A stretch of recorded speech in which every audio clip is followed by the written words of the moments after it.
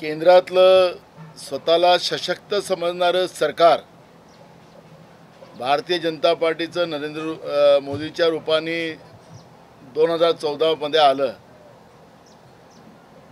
मी समजणारा शब्द याच्यासाठी बोललो की लोकसभेत असो राज्यसभेत असो की पैशानं जमा करून गर्दी करून मोठ्या जोरानं भाषणं करणं, त्याच्यातही गांधी परिवाराचं नेहरूजीचा उल्लेख त्यांचा कधीच चुकलेला नाही.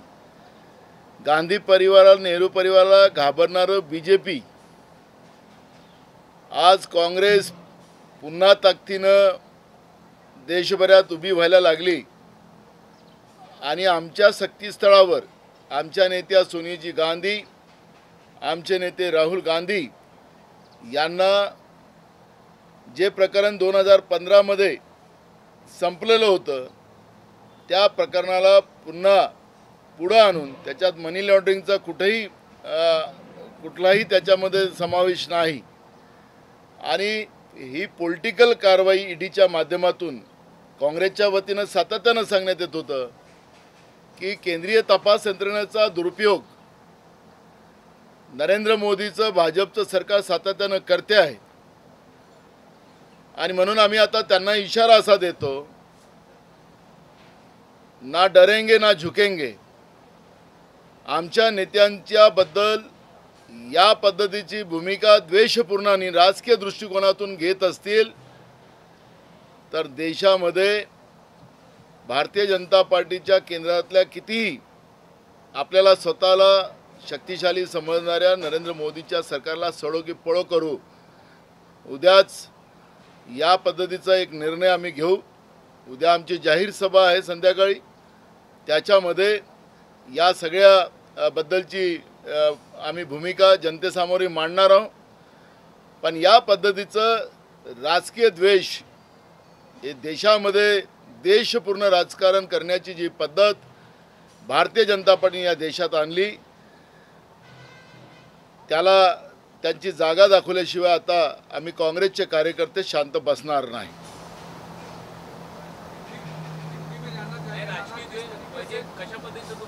मी मगाशी म्हणालो राजकीय देश याच्यासाठी की 2015 मध्ये ज्या विषयाची नोटीस आमच्या नेत्या सोनिया गांधी आणि आमचे नेते राहुल गांधींना दिली, हे प्रकरण 2015 मध्येच संपलेलं होतं आणि त्या प्रकरणाला पुन्हा पुढे काढून देशामध्ये राजकीय द्वेषाची ही जी वास हे भारतीय जनता पार्टीच्या खिडक्या डोक्यातून आलेली आहे, त्याचा विरोध काँग्रेसचे देशभरातले कार्यकर्ते करतील. एक मिनट, मराठी का खत्म जान दो.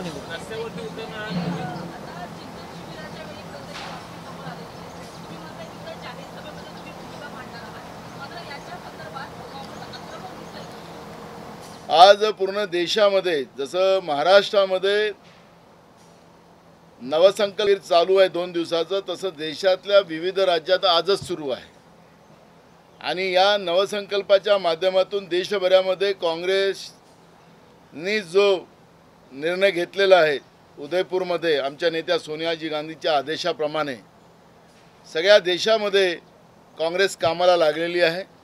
याची धास्ती केंद्रातल्या भाजपच्या सरकारच्या मनात आहे आणि म्हणून आजच जे प्रकरण 2015 मध्ये संपलेलं ते प्रकरणाला पुन्हा काढून या पद्धतीचं द्वेषपूर्ण राजकीय कारवाई करण्याचा जो प्रयत्न सुरू झालेला आहे त्याचा निषेध आमचा आहे. हां,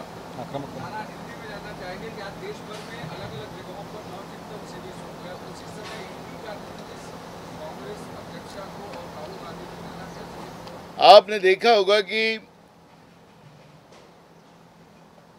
2014 में बहुमत की सशक्त समझने वाली सरकार अपने आप को ये देश के गद्दी में बीजेपी के रूप में नरेंद्र मोदी वहाँ बैठे, लेकिन उस दिन से आज तक वो गांधी परिवार और नेहरू परिवार के बारे में वो कोई भी बात हो तो उनके बारे में गलत बात बताना वही उनका मकसद रहा है। इसका मतलब ही है कि गांधी परिवार को खुद को सशक्त समझने वाले वो कमज़ोर है, गांधी परिवार को डरते हैं, यही उसका मकसद निकलता है। उनका कोई भी भाषण हो जहां गांधी परिवार का और नेहरू जी का उल्लेख ना हो, उनके बारे में गलत बातें न बताए हो, फिर राज्यसभा में हो या लोकसभा में हो, यही आज तक हम लोगों ने उनका भाषण सुना है। हमारी नेता सोनिया जी गांधी ने उदयपुर में नवसंकल्प का एक दिशा देश के पूरे कांग्रेस के कार्यकर्ताओं में दी, और आज पूरे देश में, जैसे महाराष्ट्र में आज हम शिरडी में जो 2 दिन का हमारा जो शिविर चल रहा है, ऐसे पूरे देश भर में सभी राज्यों में शुरू है। और इसी डर के वजह से 2015 की उस केस ख़त्म होने के बाद भी उसी केस को आगे लाकर हमारी नेता सोनिया जी गांधी और हमारे नेता राहुल गांधी जी को जो ईडी की नोटिस आज दी गई है, वो नोटिस भी आपने पढ़ा होगा कि एकदम कोई उसमें आरोप नहीं, सिर्फ जवाब दो। यानी केंद्रीय तपास यंत्रणा का कैसा दुरुपयोग केंद्र की बीजेपी की सरकार करती है, यही उससे स्पष्ट होता है। हम कल हमारी जाहिर सभा है शाम को, और उस सभा में हम लोग निर्णय लेंगे, क्योंकि हम ना डरने वाले हैं ना झुकने वाले हैं। कांग्रेस के हमारे शीर्ष नेता सोनिया जी और राहुल जी और हम कांग्रेस के कार्यकर्ता, हम देश के लिए बाजी लगाने वाले लोग हैं, देश के लिए जीने मरने के लिए तैयार है।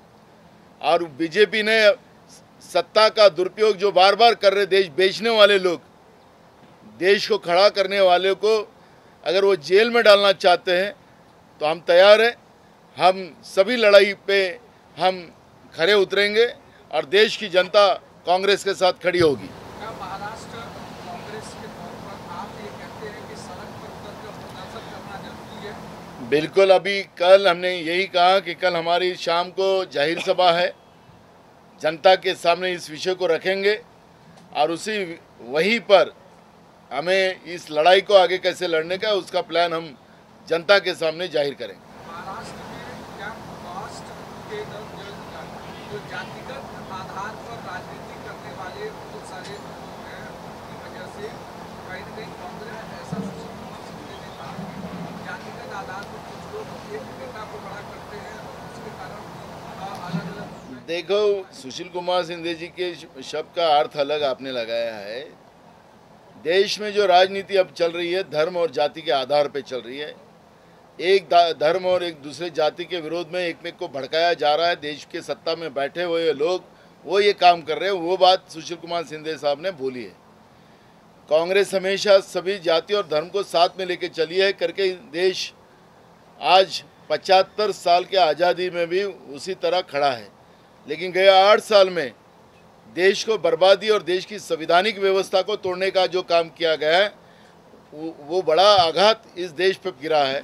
और जो जाति और धर्म के आधार पर जो राजनीति केंद्र में बैठी हुई बीजेपी की सरकार कर रही है, उसके बारे में सुशील कुमार शिंदे जी साहब ने कहा है। Thank you. सचिन वाजे माफीचा साक्षीदार होणार आहे आणि या प्रकरणामध्ये सीबीआयने सांगितले माफीचा साक्षीदार झालं तर त्यांना त्याची सुटका होणार आहे। एक बघा, विधानसभेत हा जेव्हा विषय आला होता त्याच वेळेस मी विधानसभेतच सांगितले की हे स्क्रिप्ट आहे। विरोधी पक्ष नेता वाजेचं रूप चेहरा करून त्याच्या मागं काय खेळ चाललेला ते मी त्यावेळेसच सांगितलं। वाजे हा प्यादा होता हेही त्यावेळेसच आम्ही सांगितलं। पुढे काय होणार आहे ते आपल्याला दिसतच आहे। त्याच्यामुळे महाराष्ट्राला बदनाम, राज्य सरकारला नाही, महाराष्ट्राला बदनाम करण्यासाठी बीजेपीनं केलेला जो प्लॅन आहे, या प्लॅनमध्ये असे अनेक वाजे ते निर्माण केलेले आहेत आणि त्या वाजेंचा उपयोग करायचा आणि त्यालाच मग माफीचा साक्षीदार करायचा हा भाजपचा प्लॅन आहे। आणि ते त्याला माफीचा साक्षीदार केलं तर हे नवीन नाही आहे, हे नाविन्य पण ठरू शकत नाही। लेकिन वाजे को साक्षीदार अगर बनाते हैं तो आपको लगता है कि सरकार कहीं न कहीं एक धब्बा लगेगा, खास करके? देखो, हमने शुरुआत में कहा है कि महाराष्ट्र को, ये सरकार को नहीं, जिस दिन से अंधेरे की सरकार गिरी उस दिन से महाराष्ट्र को बदनाम करने का एक प्लान केंद्र में बैठी हुई बीजेपी की सरकार ने जो शुरू किया है उसी का परिणाम है। और मैंने खुद विधानसभा में, मैं खुद उस समय जब ये वाजे की स्क्रिप्ट पढ़ी जा रही थी तब विरोधी पक्ष नेता को मैंने कई बार रोका और मैंने विधानसभा में भी कहा कि ये स्क्रिप्ट है महाराष्ट्र को बदनाम करने की। और वही बात सामने आई कि जो वाजे मेन एक्यूज था, जो परमवीर सिंह मेन एक्यूज था, उनको क्या क्या जस्टिस मिल रहा है वो सब दुनिया देख रही है। और इसलिए महाराष्ट्र को, ये सरकार को नहीं, महाराष्ट्र को बदनाम करने का जो षड्यंत्र केंद्र की बीजेपी की सरकार केंद्रीय तपास यंत्रणा के माध्यम से कर रही है, उसी लिए आज वाजे माफ़ी का साक्षीदार बनने को तैयार हुआ है।